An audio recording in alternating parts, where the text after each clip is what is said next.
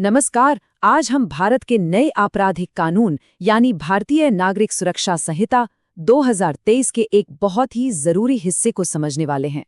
मतलब कि कोर्ट में किसी गवाह का बयान, उसकी गवाही आखिरकार रिकॉर्ड कैसे होती है। आपने कभी सोचा है कि जब कोई इंसान कोर्ट के कटघरे में खड़ा होता है तो उसकी कही हुई एक एक बात कानून की किताबों में कैसे दर्ज हो जाती है? वो कौन से नियम हैं जो ये पक्का करते हैं कि सच ठीक वैसा ही रिकॉर्ड हो जैसा कहा गया है? चलिए आज इसी प्रक्रिया को करीब से जानते हैं।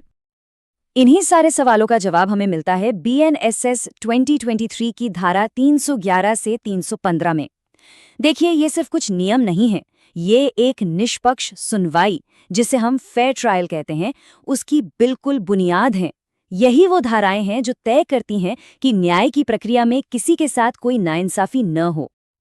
तो आज के हमारे इस सफर में हम क्या क्या देखने वाले हैं?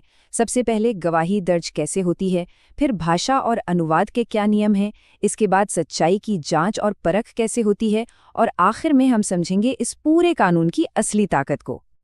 तो चलिए शुरुआत करते हैं उस पहले और सबसे बुनियादी कदम से जहां से सब कुछ शुरू होता है। ये है धारा 311 यानी बयान लिखने की प्रक्रिया। सेक्शन 311 ना एक बहुत ही सीधी सी बात कहता है। ये बताता है कि जज साहब या तो खुद गवाह का बयान लिखते हैं या फिर अपनी निगरानी में कोर्ट के किसी अधिकारी को बोलकर लिखवाते हैं। तो धारा 311 के हिसाब से जज साहब के पास ऑप्शन है, वो चाहें तो खुद लिखें या फिर डिक्टेट करवा दें। बयान को एक कहानी की तरह भी लिखा जा सकता है ताकि पूरी घटना अच्छे से समझ में आए, या फिर सवाल जवाब के फॉर्मेट में भी। और हाँ, सबसे जरूरी बात, बयान के आखिर में जज के हस्ताक्षर होना लाजमी है, क्योंकि उन दस्तखत के बिना वो सिर्फ एक कागज का टुकड़ा है, लेकिन सिग्नेचर के बाद वो एक मजबूत कानूनी दस्तावेज बन जाता है। चलिए इसे रमेश के एक उदाहरण से समझते हैं। मान लीजिए रमेश ने एक सड़क हादसा देखा। जब वो गवाही देने के लिए कोर्ट आया तो जज साहब ने उससे पूरी घटना बताने को कहा। रमेश ने जो जो देखा था सब बता दिया और कोर्ट ने उसे एक कहानी की तरह दर्ज कर लिया। बस यही है धारा 311 का सीधा साधा अमल।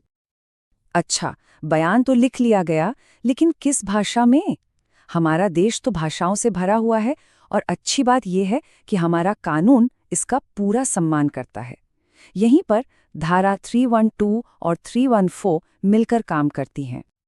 देखिए, धारा 312 कहती है कि अगर गवाह कोर्ट की ही भाषा में बोल रहा है तो बयान भी उसी भाषा में लिखा जाएगा। सिंपल। लेकिन अगर गवाह कोई दूसरी भाषा बोलता है तो उसके बयान का कोर्ट की भाषा में अनुवाद करके रिकॉर्ड किया जाएगा। और यहीं पर एंट्री होती है धारा 314 की। ये पक्का करती है कि सिर्फ कोर्ट ही नहीं, बल्कि जिस पर आरोप लगा है यानी आरोपी और उसका वकील, वो भी गवाही को अपनी भाषा में ठीक से समझें, क्योंकि न्याय तभी तो सच्चा है जब वो हर किसी की समझ में आए। तो अब रमेश के मामले पर वापस चलते हैं। सोचिए, रमेश अपनी लोकल भाषा में गवाही दे रहा है, लेकिन आरोपी को वो भाषा आते ही नहीं। तो क्या होगा? कोर्ट एक अनुवादक यानी इंटरप्रेटर की व्यवस्था करेगा। वो रमेश की हर बात का आरोपी की भाषा में अनुवाद करके उसे सुनाएगा। देखा आपने, कानून कैसे हर किसी के अधिकार का ध्यान रखता है। तो अब बयान दर्ज हो चुका है, भाषा की समस्या भी हल हो गई है। अब आता है सबसे जरूरी कदम, सच्चाई की जांच और परख। यहाँ पर धारा 313 और 315 की बहुत अहम भूमिका है, जो बयान की सटीकता और गवाह के व्यवहार पर ध्यान देती हैं। बयान लिखने के बाद ये कैसे पक्का हो कि वो सही लिखा भी गया है या नहीं? यही काम आती है धारा 313। ये एक तरह का सेफ्टी चेक है।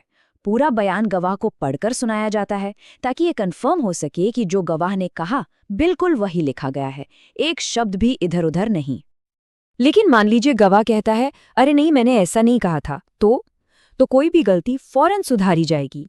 और अगर फिर भी कोई असहमति रहती है तो जज साहब गवाह की आपत्ति को भी रिकॉर्ड पर दर्ज कर लेते हैं। इसी को मेमोरेंडम ऑफ ऑब्जेक्शन कहते हैं। इससे पूरी प्रक्रिया में पारदर्शिता यानी ट्रांसपेरेंसी बनी रहती है।